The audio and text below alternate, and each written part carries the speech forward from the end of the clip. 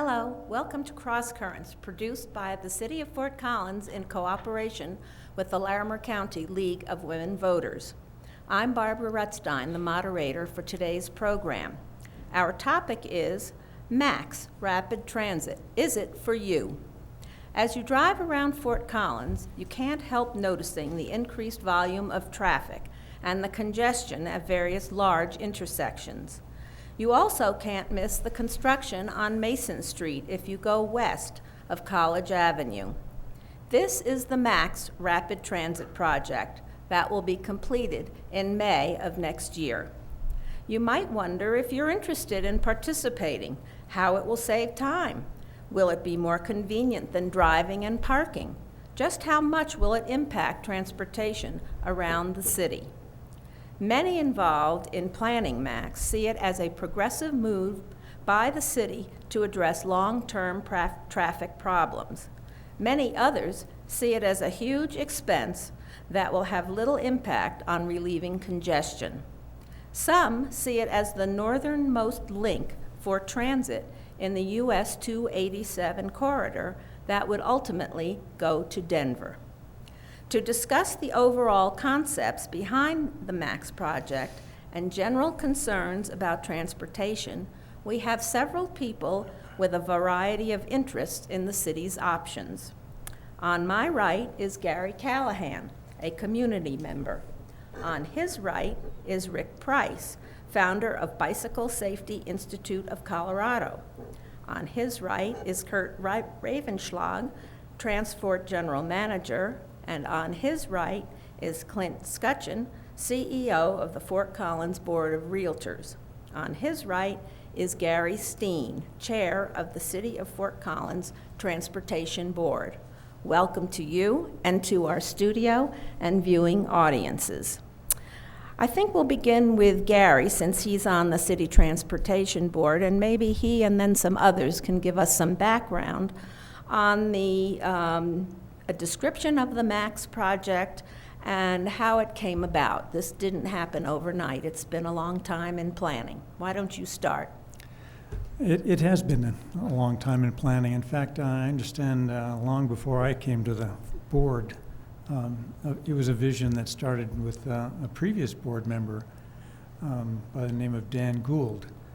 And from that point, somewhere back in the 90s, the project took off and became finally embedded into the city plan.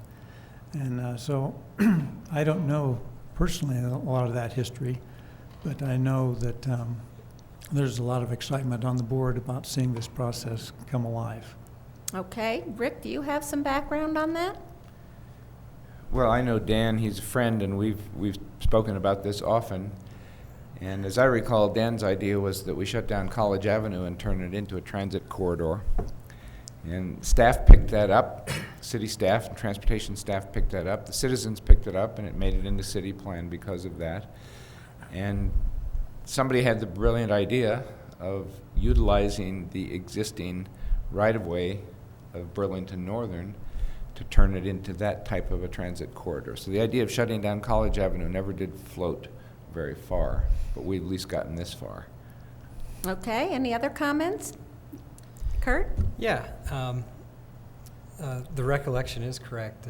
Dan Gould was the genius behind the idea of MAX. It really evolved from that point, where it was incorporated into our city plan as really a strategy to provide additional capacity in key corridors within our community. And that capacity was to be able to accommodate future growth, knowing that our community has a limited ability to continue to grow outward, and that we needed to start focusing that growth inward in a sustainable way. And to do so, we had to figure out ways to add additional capacity to these key corridors. And the strategy was a balanced approach through additional capacity for auto traffic, for pedestrians, for bicyclists, and as well as transit. And MAX is that transit component in our College Avenue corridor. Okay, was it ever an idea to make College Avenue wider? We did. We looked at the ability to widen College Avenue. As many can probably imagine, the significant impacts that would have on private property owners, businesses along College Avenue, as well as the extreme cost, limited that option from the table. Mm-hmm. And the idea of adding more buses felt like it was more congestion rather than making it faster. Exactly. Uh-huh. Clint, was the business community involved in this? Planning stages? Yeah, well, I guess I also sit on the transportation board with Gary, and so have kind of a mixed view towards this, and probably not as representative maybe as some of the business community as others would be. But, you know, I think right now my focus, in particular as the CEO of the Board of Realtors and in visiting with folks in the community, is not about how it came about or why it, you know, did or didn't get, you know, voted upon at one time. That's always one of those fun questions that comes up going back to 1998, and the vote took place back then. But really focusing now forward, I think it's happening. Obviously, we're not undoing the pavement and the concrete anytime soon. And so I think really from a standpoint of the business community, it's a matter of looking forward, and that's where we're focused. We're doing quite a bit now through the Board of Realtors and trying to identify some of the you know, barriers and the opportunities to making sure as this does come on board that it's successful, and that it does integrate housing and livability and all those other things that really transit-oriented development, which is what we'll be seeing along this corridor, needs in order to be successful. So it's a great opportunity, and I guess we're really right now focused more forward than backwards. Okay, and Rick, from the bicycle's point of view? You know, when we first achieved our silver level bicycle-friendly community status, I believe in 2003, one of the comments that the League of American Bicyclists made was that we have a serious deficit with north-south corridors for bicycling. By then we had the Poudre Trail, we had the Spring Creek Trail, we have bike lanes on some of the north-south arterials, but they identified a lack there. And the idea of using the Burlington Northern right-of-way in the corridor to build a bike trail that goes all the way to Harmony and beyond was an excellent idea, and I think part of what got us to gold in 2008 when we took the bounce to a gold level bicycle-friendly community. So all of this is helping, but I'm with Clint on looking forward. I think the Mason corridor and the MAX now is a real opportunity to begin to build out a modern transportation network that includes transit, bicycle network, a pedestrian network, and lots of opportunities for alternative transportation throughout the community, not just north-south along the MAX. Okay, okay. Now, Gary Callahan, you worked downtown and you had some questions about it. How long have you been aware of the project? Since at least 1990, 91, when it was been going on.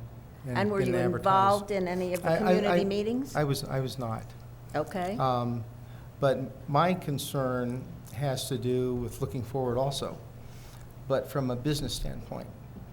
How is the present MAX going to be paid for? Under what circumstances? If there are expansions, how are those going to be paid for and under what circumstances? And has there been money set aside? Has the budget been made for those, and what do those look like? And particularly in order to get to those budget numbers, or how you're going to pay for something and what that number might be, what are the underlying assumptions, ridership, community growth, and how do you get to those numbers, and where does that evidence come from? Okay, well, let's begin with just the construction funds. I think Kurt can address those. Yeah, the total construction cost for MAX is approximately $87 million. 80% of those funds are being provided by the Federal Transit Administration. We've also received significant grants from Colorado Department of Transportation, around $11 million. We've received contributions from our Downtown Development Authority, as well as in-kind contributions and financial contributions from Colorado State University. The City of Fort Collins contributed approximately $4 million, which was a combination of cash contributions and in-kind contributions of existing land that the city owned. So no city tax money at this point? There has been. From the general fund? From the general fund. Yes, okay. Mhm. Okay, and what about bonds? Does the city have any bonds they have to pay off for this? We didn't bond this project. We were able to avoid that due to the grants that we received from the Federal Transit Administration and CDOT. Okay, now let's get to the operations and maintenance part. Mhm. How is that going to be funded? Sure. MAX will be funded in the same manner as the rest of the transit system's funded. It's a combination of general fund contribution, primarily general fund. We also receive federal operating assistance.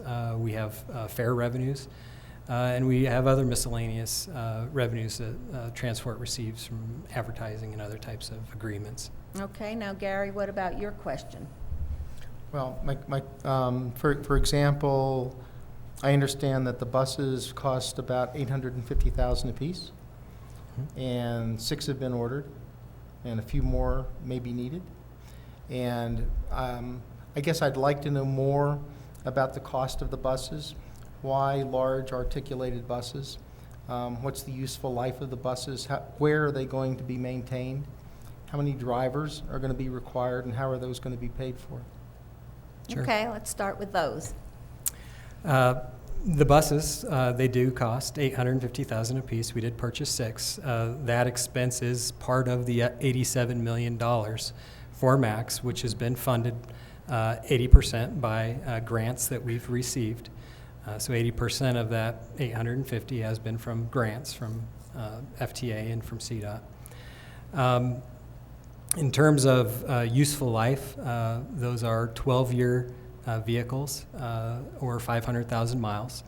The useful life really does play into our decision when we decide on the size of a vehicle as well.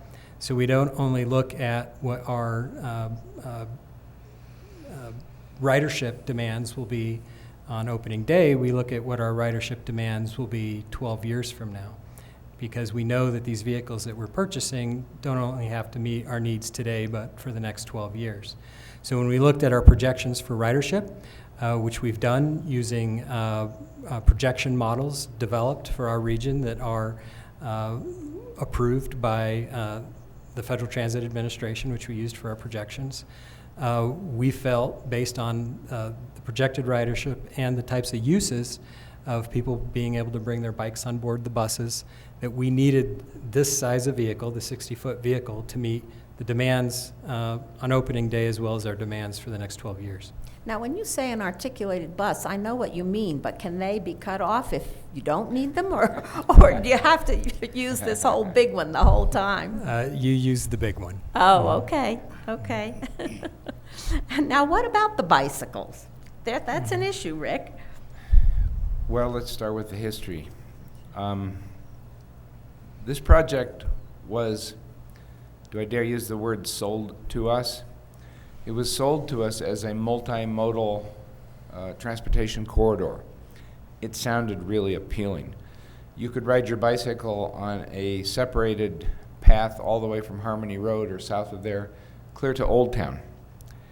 And we've been using the Mason Trail all the way to Prospect for the last 3 years, since it was completed.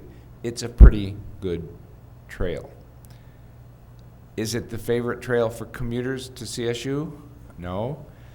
Commuters don't like to have to stop and punch a button for a red light at all those different stations along the way. So anybody coming from south, for example, I've heard from lots of commuters, bicycle commuters, that they would prefer to use Meadowlark, Research Boulevard, and flow with the traffic so that they can take advantage of green lights when there are green lights and not have to stop and so on. They think it's dangerous, but it's a great trail for families and so on.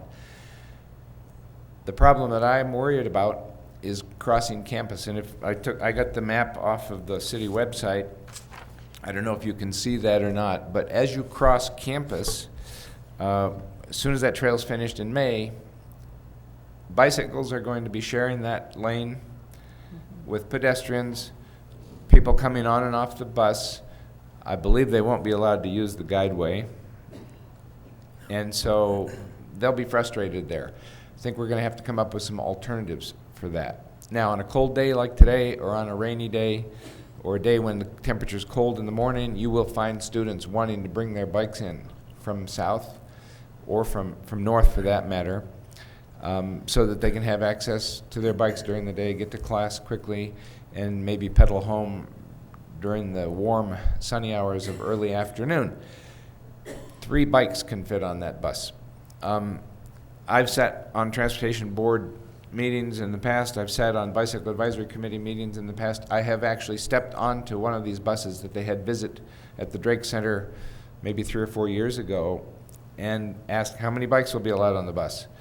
Well, we didn't know we could take up to 6 or maybe 8.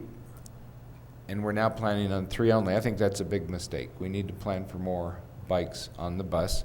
I did visit the Eugene Max equivalent system not long after they put it in. Of course, it rains a lot in Eugene. I asked cyclists who were loading their bikes on the bus how it worked for them. They said it was fine, except there's not enough room for bikes. So that's going to be a problem, and I understand Kurt can solve that pretty quickly. And I'll let him speak to that in a sec. But the other concern that I have is, as cyclists come north on the Mason Trail, they get to Prospect, they get to campus. If their destination is campus, this will work for them. They get to Lake Street, they get to University Street, they can get to campus. If they want to come north, though, if it's a through cyclist coming to Old Town, it's not going to be a good choice for them. I don't think they're going to be putting up with a lot of congestion on campus. Then they're going to get to Mason Street at Laurel, and they're going to be riding that Mason with 60-foot articulated buses every 10 minutes.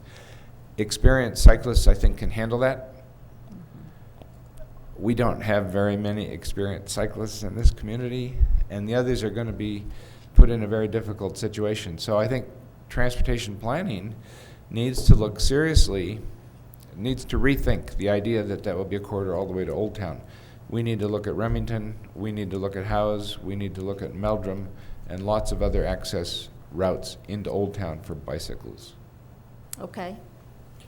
Can I jump in? Because Sure. I actually cycle a good bit myself. And I guess one of the things that we do have to give some consideration to, and having spent some time in San Francisco and Washington, D.C. and other places, the traffic and the bikes are one, and that includes buses and those types of things. And I believe there'll be an acclimation period for all involved, but I don't think it's something that can't be overcome. And certainly for those that, Remington is a preferred route, which it is, I think, for many. I live down south. I use the trail quite often. It is a preferred option when you get down there, so that'll still be there and available. So to me, being able to go through campus now versus without taking my family almost off-road and across railroad tracks and large rocks and those types of things, now that's going to be an improvement. And so there are multiple options that are going to go through there. So I think it's going to be a learning curve for everyone, from the car driver to the bike rider to the bus driver. It's going to be more of a true vehicle usage area, and that includes pedestrians and all of that. So we're going to have to acclimate to this. We're, again, growing into and becoming a city, right? And this is a prime example of how we're developing and becoming more of a true metropolitan area.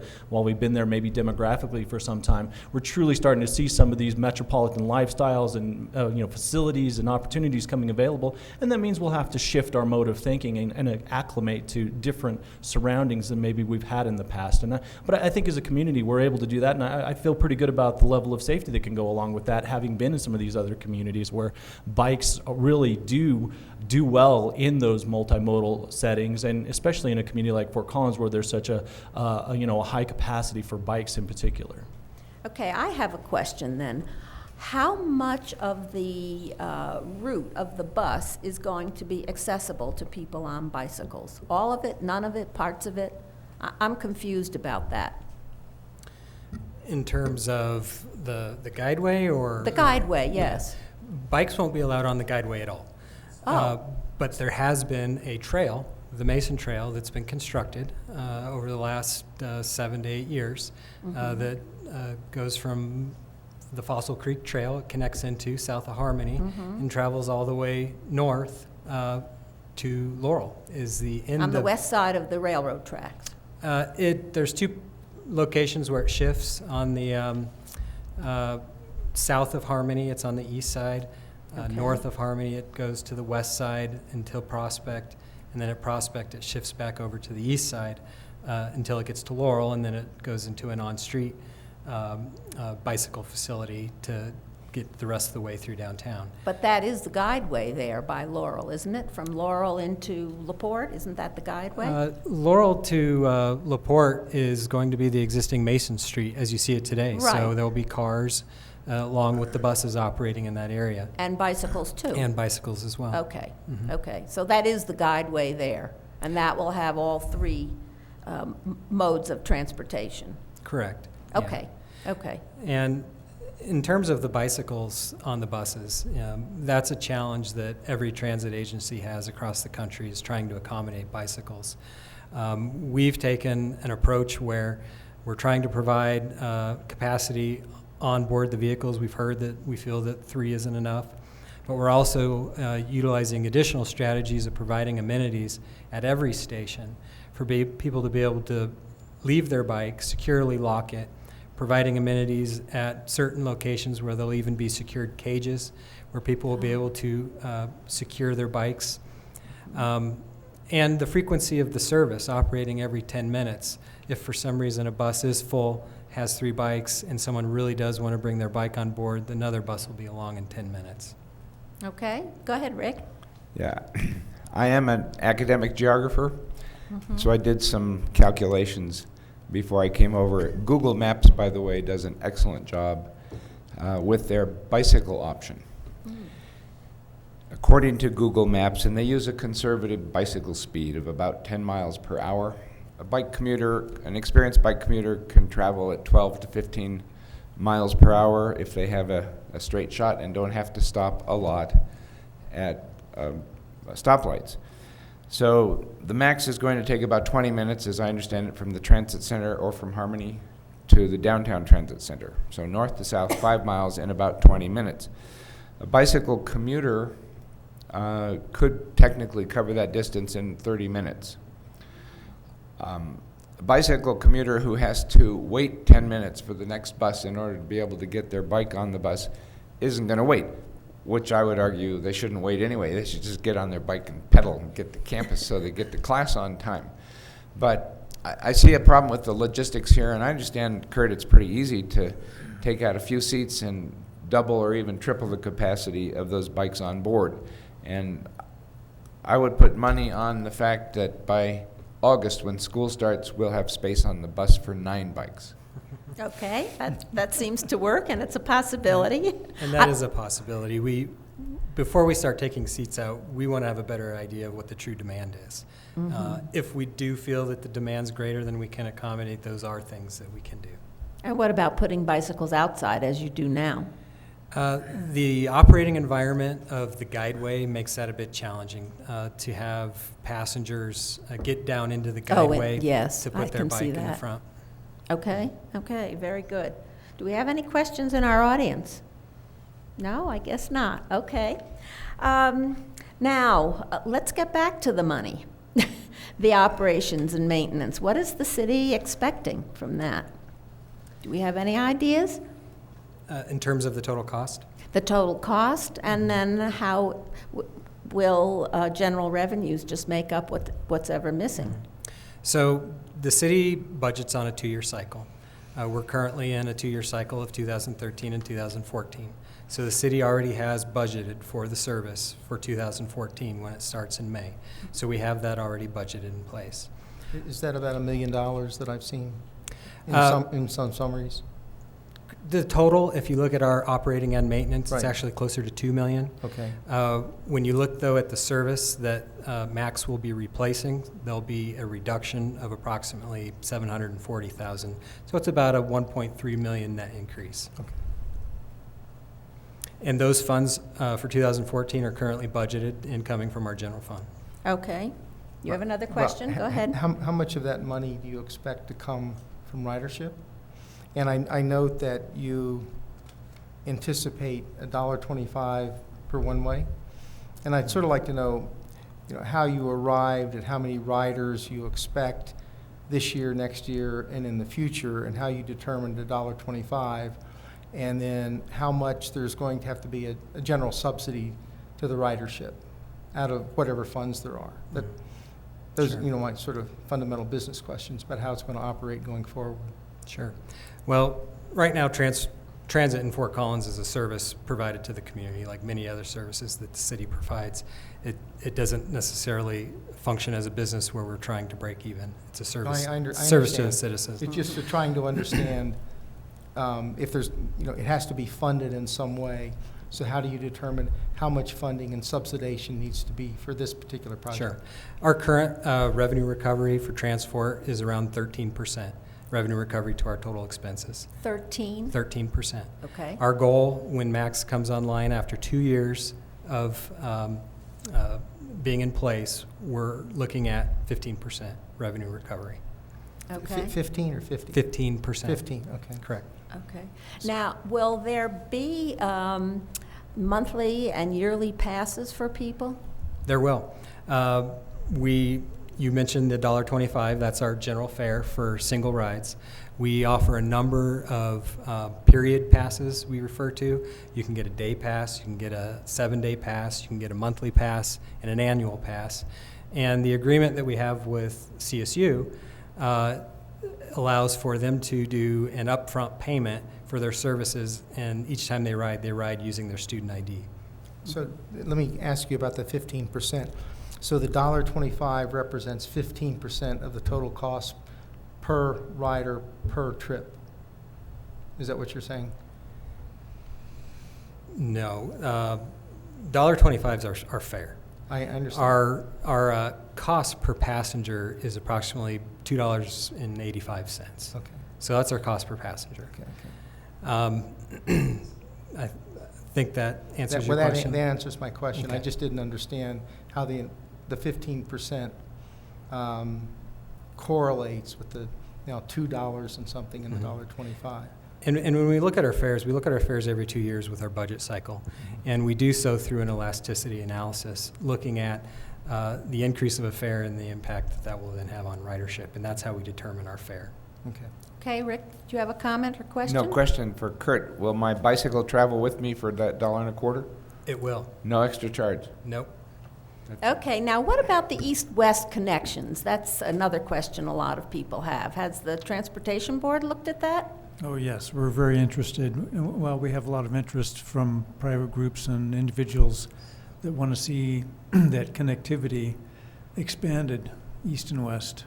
Okay, and Into some areas. what's going to be done, do you know? Well, there's already a plan in place to make that grow as soon as Max comes online in May. Okay, I so don't will that know- start immediately? What Gary's referring to is we have a strategic plan for transport for expanding our system.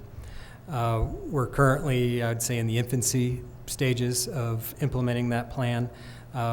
We have 3 phases within that plan for expanding service. We're still working towards achieving phase 1. In that plan, it does identify east-west connections to complement Max. Those east-west connections were not funded in the original 2013 and 2014 budget, but just in November, our city council approved a budget revision to provide a limited amount of east-west connectivity on Harmony, Horsetooth, and Drake, as well as increasing the hours of service for 5 routes to operate until 10:30 p.m. Monday through Saturday. Was that the $500,000 extra budgeted for this? That was. Okay. Is Max going to operate on Sunday? Max right now is not planned to operate on Sunday, as well as the rest of our system. Okay, now what will happen to the other bus routes? Are So- they going to continue, or are the east-west ones going to take the place of the ones that are circulating now? So only 2 routes that are being replaced by Max is our Route 1, which operates on College Avenue, and a route called Route 15 that is a short route between CSU and downtown. Other than that, all of our other routes will be in place, or I should say our resources for our other routes will be in place. We're currently in a process of doing public outreach on a proposal that we've developed of readjusting some routes to better complement the new system with Max in place. So we've done that design. We've been able to enhance that design due to the recent budget revision by our city council. That's in place on our website if anyone's interested in looking at what that proposal is, fcgov.com/transfor. And we are doing a number of public outreach opportunities, which we began last May and will continue through March. Okay, so if I lived near Harmony Road and LeMay and I wanted to go downtown, will I be able to get a bus in that neighborhood and then connect with Transport on Harmony? You'll have a bus operating, serving a station or a stop every 30 minutes, and it'll be operating till 10:30 p.m. So yes, it will connect right to Max. Okay, very good. I think, Rick, you had a question or comment? I do.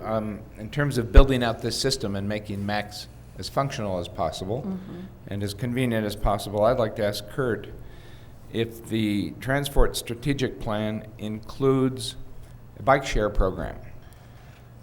Bike sharing is all the rage in the largest cities in the nation. It's working pretty well in Boulder and Denver.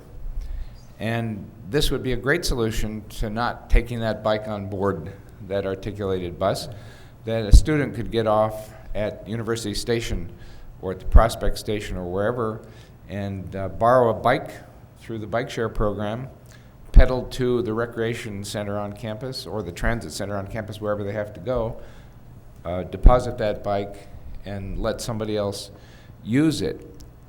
This is a system that I see as being an integral part of a modern transit system and network. Are there plans for Transport to launch or to take over and run a bike share program in Fort Collins? We are currently in the process of incorporating bike sharing as part of a balanced strategy for us managing bikes within our system. So yes, we are working with the existing bike share program in Fort Collins. Our hope is that we would have bike share opportunities at all of our transit centers. Which bike share program do we have in Fort Collins, Kurt? The one currently being operated, funded, and contracted by the City of Fort Collins to Bike Fort Collins. You're talking about the bike library. Correct. With all due respect, that is a free bike loaner program. It is not a bike share program. Most of the bike share programs across the nation measure success in their bike share program by how many times a bike is used every day. If a bike is used 5 times a day, or in Austin, or I think Austin, they had some success where one time last summer they were using a bike 10 times every day. In other words, a different user was using that bike and it keeps moving. That is bike share. I have borrowed bikes from the bike library, and I will admit to taking them home and putting them in my garage for a week. Oh. But I used them occasionally during that week. So bike share, I'm talking about a 21st century bike share program. And Kurt, you know as well as I do that I'm an advocate of bike share, and I'm an advocate of Transport running that program because it's a part of the transit system. That's all fine and well, Rick. I think the thing that I personally want Transfer focused on right now is making sure that the MAX as an entity is successful, because if that doesn't go to the level that we want it to as a community, and frankly, I'm one of those that has concerns that just because we built it, they may or may not come. And if that entity unto itself isn't successful long term, a bike share program is tertiary to what they need to be doing right now. Not long term, it's good that they have it in the planning, but my emphasis right now is focused on ensuring that MAX is successful so that we can start to see the infrastructure going in along this entire corridor that ultimately means and build out that this thing's successful enough that a bike share program is reasonable, especially the automated bike share programs. As you well know, those are highly expensive to get off the ground. And again, if you don't have a built-in clientele for that, and in a community where there are so many bikes already in use, I think, again, that's a part of a long-term goal and strategy. But frankly, I don't want Kurt and Transport focused on that right now. I want them focused on making sure that there's interconnectivity with the stops that are in place. A stop that I live near that I have some concerns about is the Horse-Two stop. It's significantly away from the major intersection.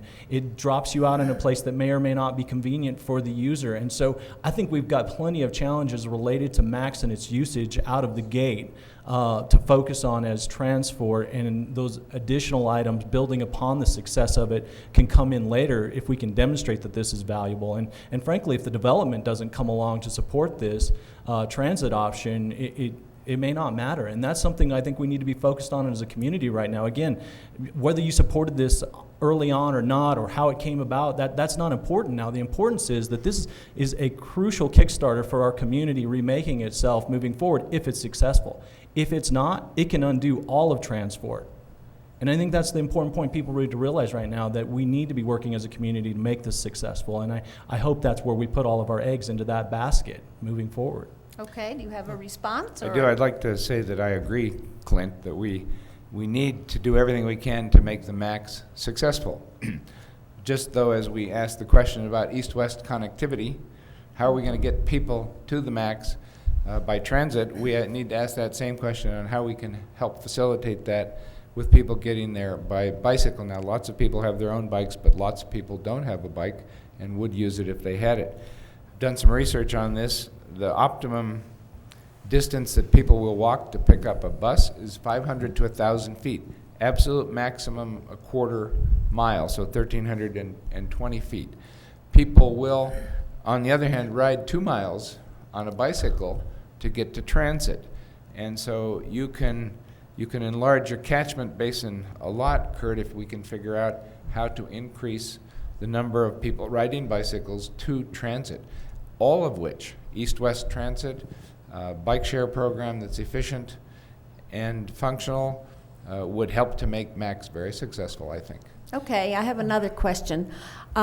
With the east-west connection, will that be one fare or 2 fares? Like if I took it from LeMay to Harmony? I mean, and Harmony to Mason. That would be one fare, and One then you fare. would transfer onto Right. MAX Okay. for free.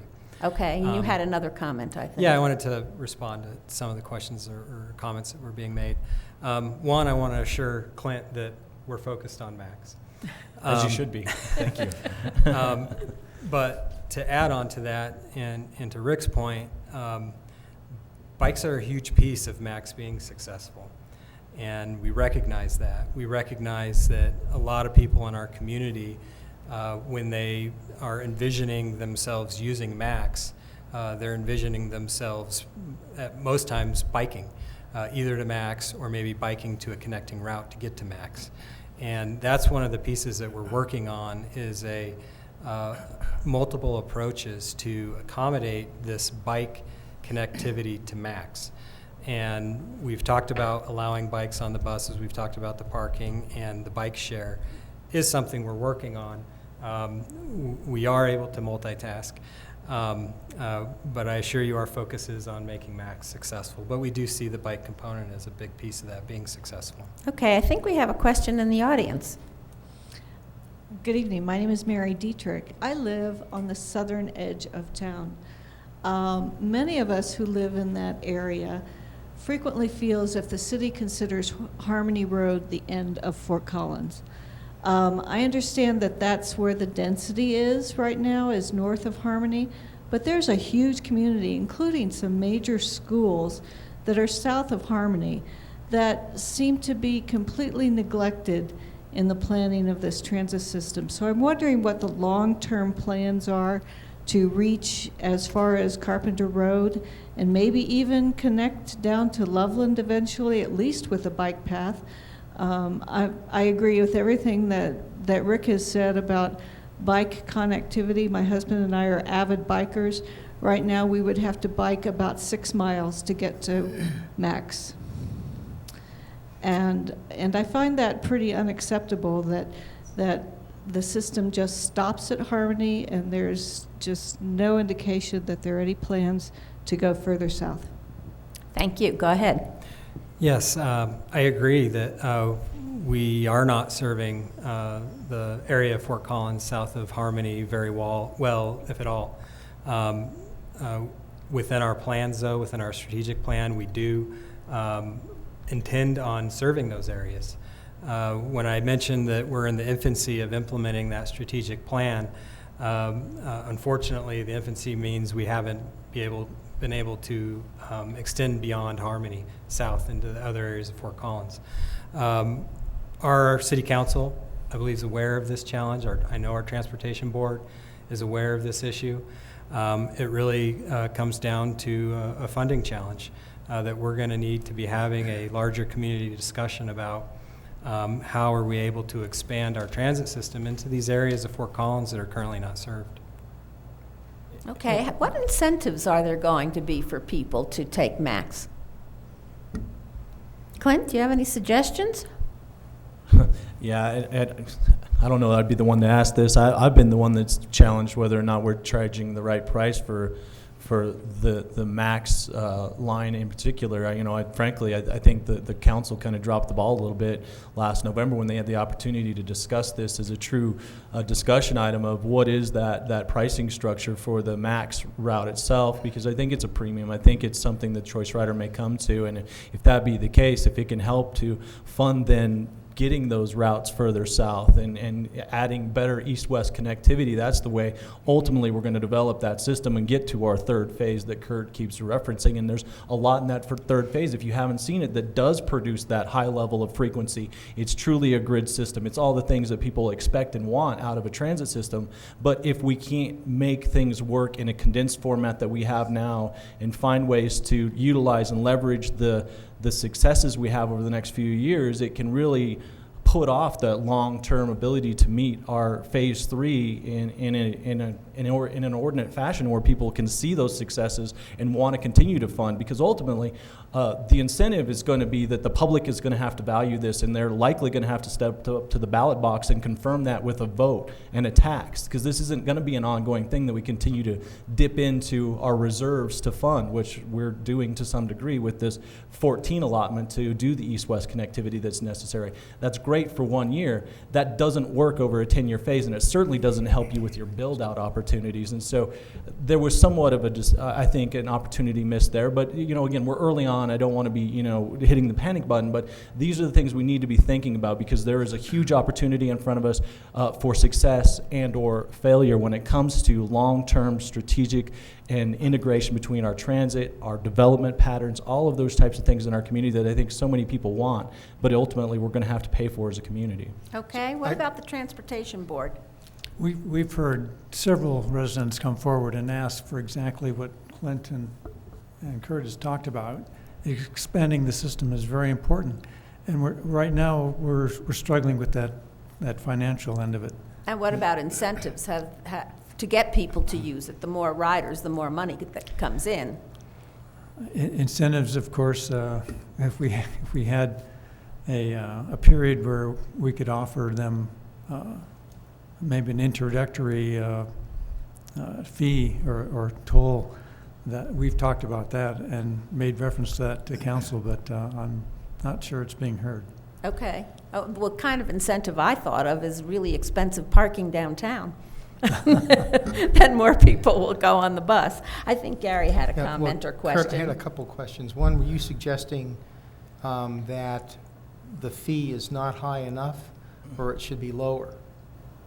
Well, from my worldview, I think it probably is at a point where we should discuss whether it should be a little bit higher than it currently is. And again, while I really appreciate and support what Bohemian does for the kids in our community and allow them to ride for free, I worry about the long-term impact of the value proposition that teaches those who are coming into the transit system. Is it a free opportunity?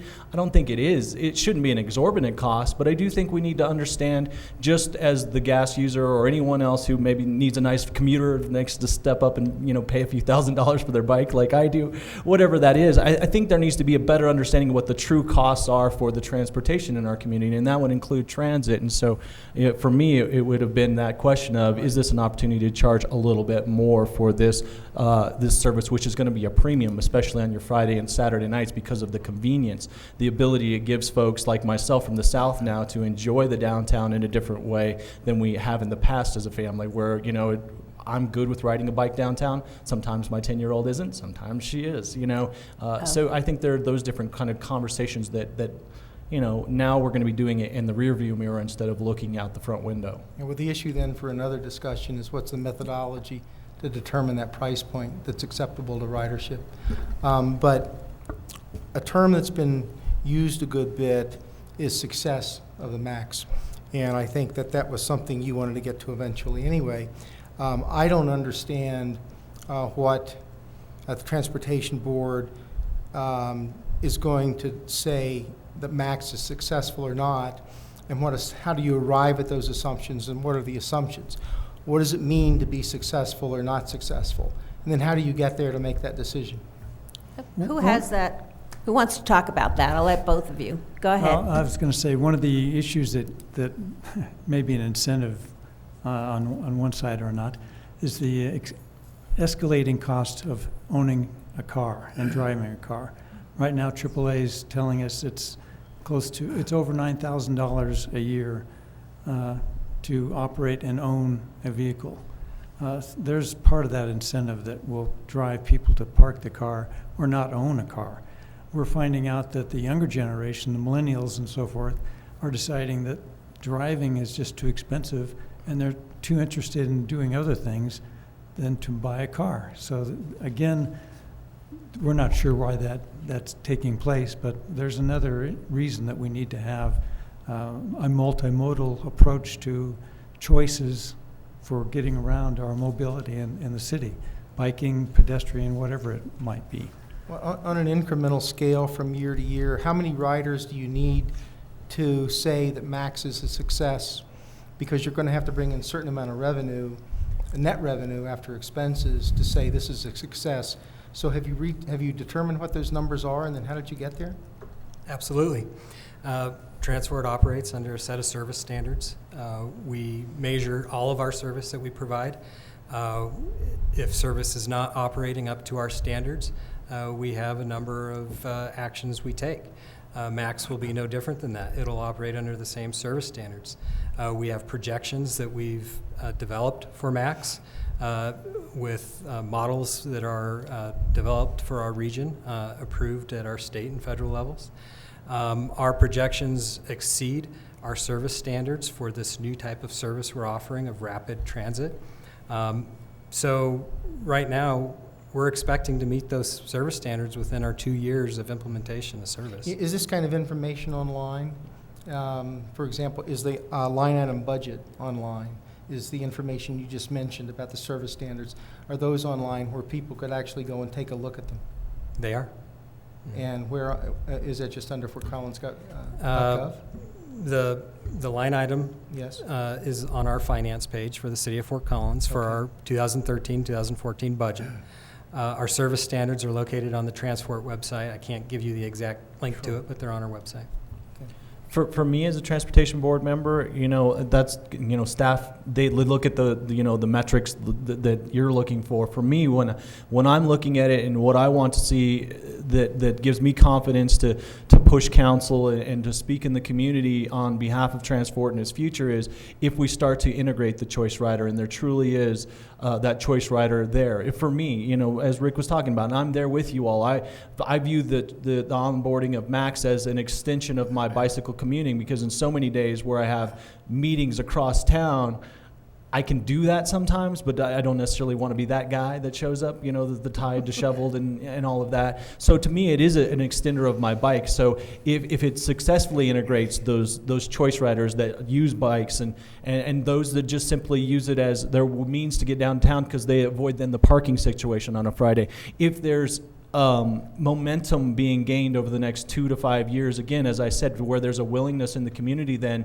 to bring forward a proposition to the voters to put some sort of long-term funding in place for our transit, that's when I'll feel like it's a success, is we're moving towards that incrementally. If we're not, if we're regressing or we're just holding serve with the service levels and the usage that we have now, I'm going to start to worry that it's not a success. If that's all we're doing is replacing out buses on College with a nicer looking, better feel off of College, and we're maintaining those same levels of usage, we're not getting the choice rider into it, then I'm going to, as a transportation board member, start to question that and its long-term viability. Okay, I think we have another question. Yes, my name is Jan Gilligan. My question is that I don't think your microphone is on. You have to push a button. I'm curious, the whole issue of Colorado State University's contribution to the transport system hasn't been addressed, and I would think that that's a very important part of this whole program. Could you address that? And it could be obviously the city person, but perhaps others. But it seems, could you give us how much CSU now contributes to transport, and what is the future? Thank you. Sure. CSU contributed financially to the construction of MAX as well. They've contributed approximately $2.5 million. In terms of current operations of transport, we've had a long-standing agreement with the students of Colorado State University dating back to 1975, where they've financially contributed to the transit services here in Fort Collins. To date, they currently contribute approximately $540,000 to the services that they receive that serve the campus area. We're in a contract year. We're currently negotiating a new contract for the next 3 years, so that amount may change. And that's a student fee, I think. Isn't that right? It is. Mm-hmm. Okay, go ahead, Rick. Yeah, one of the questions that was handed to us before this to think about was who the primary users will be of the system. I'd like to know, Kurt, what your thinking is on this, but I'm guessing this is going to be primarily CSU students and faculty, people who work on campus, and there's something like, we're up to 35,000 almost by now. Not just students, but faculty, staff, all the employees. That's a lot of folks. Will faculty or staff have any access to the MAX or incentive to use the MAX? But the other end of that question is, it seems to me that if students get a free ride on MAX, you're going to see a high level of student ridership, and you don't need to give anything away free to start with. Yes, we're currently, the students, it's not necessarily free for the students. They're paying up front through student fees. Just their access each time, they're not having to do a financial transaction to board the bus, so they are paying.